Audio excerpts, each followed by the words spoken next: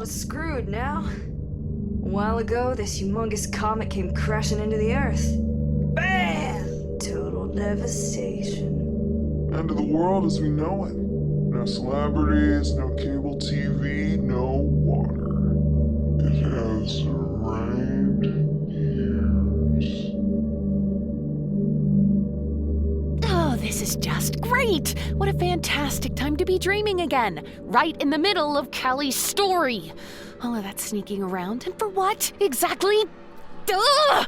Oh, I just can't catch a break. This is the worst! I finally get my hands on some entertainment, and all you want to do is relive Death Day again.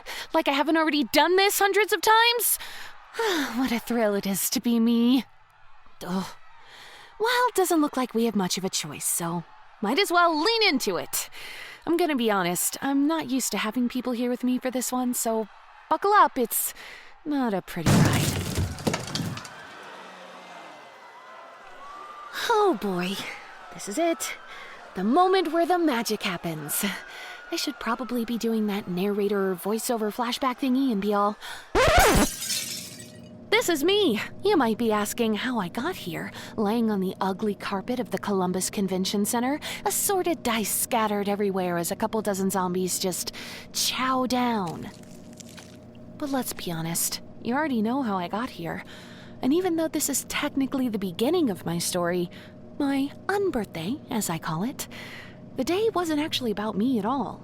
It was about the event and how everything ended up afterwards.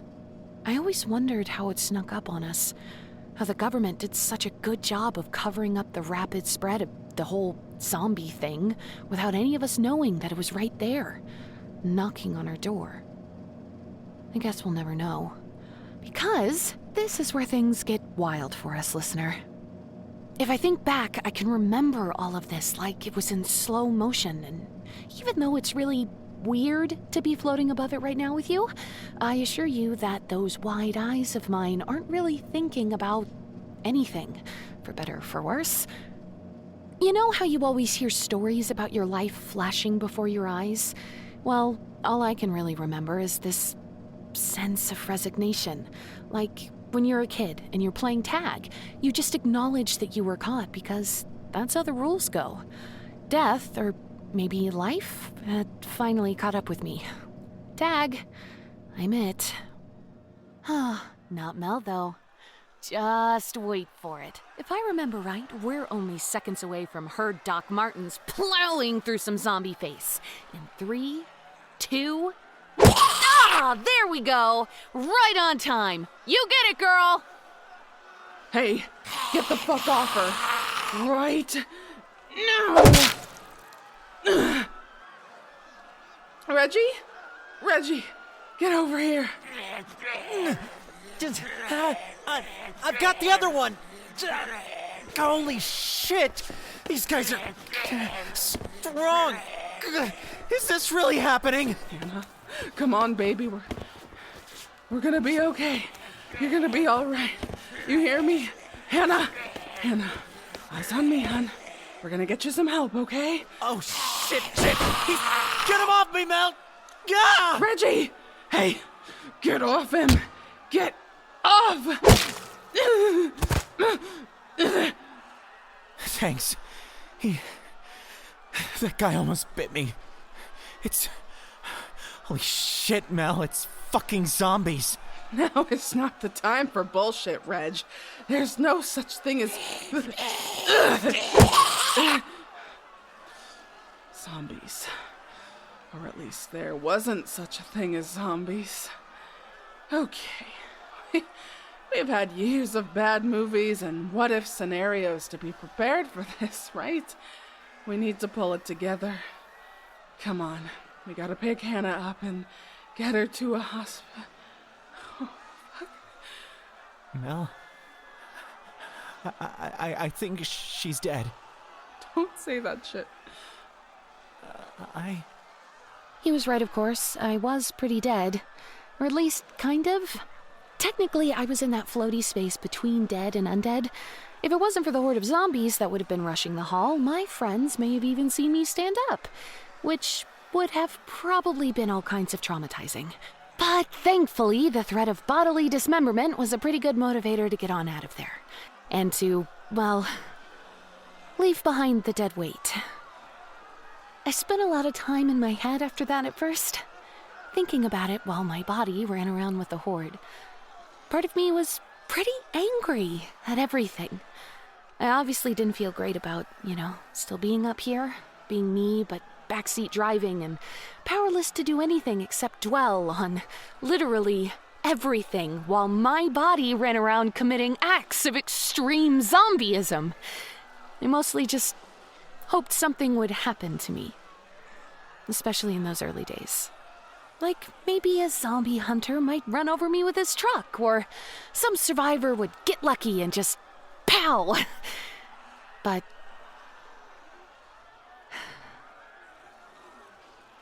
I think it was for the best. In the end, maybe it was all for a reason. If I hadn't made it this far, well, we wouldn't have a story, listener. And I wouldn't have been there to save Cali from that robot attack either. So, yeah. As personally inconvenient as this whole zombie thing has been for yours truly, I think the future is overall way less sucky with me in it. At least for most of the people involved in this story. You can let me have that, right, listener? There's gotta be a reason you're sticking around. That's hopefully not one day that darn zombie is gonna get her comeuppance. Maybe you even consider us friends? Honestly, it's hard to tell with you. But hey, as long as we're here, breaking the fourth wall together and all, I have a bit of a favor to ask. Do you mind if we, stick with Mel a little longer? Obviously, I never got to know what became of her and Reggie, and I'm sure it didn't end great, but I really do miss my friends. When I'm on my own dreaming of Death Day, I kind of get stuck at this part, but you've got all the power of the TARDIS, right? Just one flick of that dial and poof! We go for an all-expenses-paid ride through time and space. Oh, it's working! Yes, that's what I'm talking about! Wait a second. I think we may have gone a bit too far, listener. Come on, Reg. Just a bit farther, old man. Hold on to me, let me be your legs, okay? Damn piece of junk couldn't have held together for a little longer. These legs just ain't what they used to be, Mel. I know, hon. The settlement should be coming up, and it's all strippers and whiskey for you until you roll into your grave, okay? I promise. I don't know, Mel. Never much felt comfortable with going to these places, even when they were, well, real. People don't build strip clubs anymore. Ever told you that you're a real buzzkill, Reg? You can't tell me that there aren't some enterprising settlements out there full of take-charge ladies, stripping and ruling their little cut of the American dream their way. Like the old-timey saloons back in the gold rush days. Those women used to run shit. I am so confused. But it's not all bad, right? Look at Reggie. Oh, he's an old man. And Mel is exactly the same. I'm sure there's a story behind how that's even possible, but who am I to, cast stones as a century-and-a-half-old zombie? If anyone was going to break reality and just quit the whole aging thing altogether, it would definitely be Mel. Anyway, who cares? 'Cause the big takeaway is that if Reggie's all old and stuff, they made it! They made it out of Ohio and got really far away to the desert or something. Did I mention that I am really confused right now? That what you're gonna do with your share of the haul, Mel. Oh, a haul? That's exciting. Oh, sorry. I'll sip it. Promise. Huh? Strip? With this old body? Ooh, think I still got it, Rich. Oh, no. Not the stripping. Open up a place for people. A bar or something. Like the one you had in the old world. Get back to living life. That ain't a bad idea. I honestly hadn't thought ahead like that. Thought you and I promised not to look for tomorrows. Hell with it. I'm too old to keep my promises. Think about it. I mean, you could do it now, right? If this place is just like they say. You know, if they treat others just the same as normal folk. You can say mutant, Reg. This others thing makes me feel like I'm a fucking chupacabra or something. Besides, all this hinges on if we can get back to where that piece of shit car broke down before someone finds where we buried the goods. Hope this place isn't too much further. Usually don't envy that bite you got yourself, Mel. But right now, old and shriveled with knees all seized up, thinking you got the better deal. I ain't gonna argue that right now with you, old buddy. Breaks my heart seeing you all used up, so fucking stop it, alright? Remember when you used to wear those ears? The pointy ones? Pretending you were an elf? Elves aren't supposed to grow old like this. They get on their gray ships, sail away to somewhere better. You are such a fucking nerd, old man. Yeah, never forget being a nerd's what got us into this whole mess. I wonder what it would have been like if Hannah would have made it. Pretty glad she didn't have to see the world turn into this, if we're being honest. Oh, I miss my girl, though. Me too. Hey, is that... I think that's the settlement. Ah, fucking right it is. Get ready, Junktown. We're about to be in you.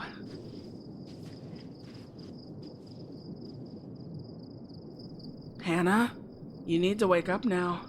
What? Mel, you can... How is this happening? It isn't. This is your subconscious speaking. I'm just wearing the face of the only person you've ever listened to. Shit's hitting the fan up top in the real world, and girl, you're literally dead weight right now. Wake up.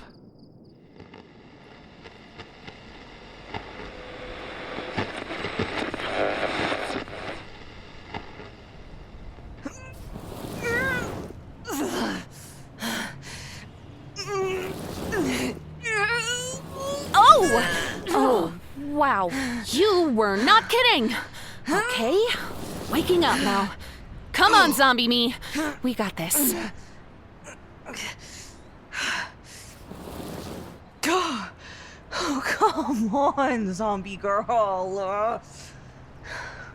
Or not. Let's be honest here. It's pretty hard to tell if it's easier to drag you around like this or play at being a zombie herder. Shit. Be careful what you ask for, I guess. My life is basically the punchline to every bad Murphy's Law gag. I get it. Alright, please don't give me any shit about putting you in the trunk today, okay? Because we just don't have the time. There's smoke on the horizon, and the sound of ugly raider trucks, and the scumbags that drive them. I can't believe they found us. I was so careful. Follow the handbook and everything. Okay, in you go. Go. All right, that could have been so much worse. Not to say that it isn't going to be, worse really soon.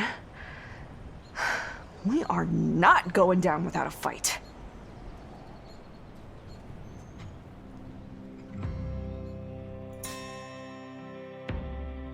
Well, listener, I think we can say with all confidence that this episode was a wild ride. We got to see how it all went down. Scary stuff, indeed.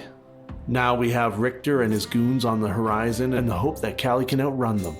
Whatever the answer, I think we're about to find out.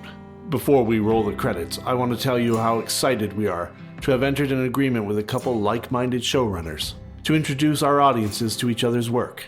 Over the next while, you'll see a few Presents episodes dropping on our feed, and we urge you to give them a minute of your time. Who knows? Might find your new favorite show.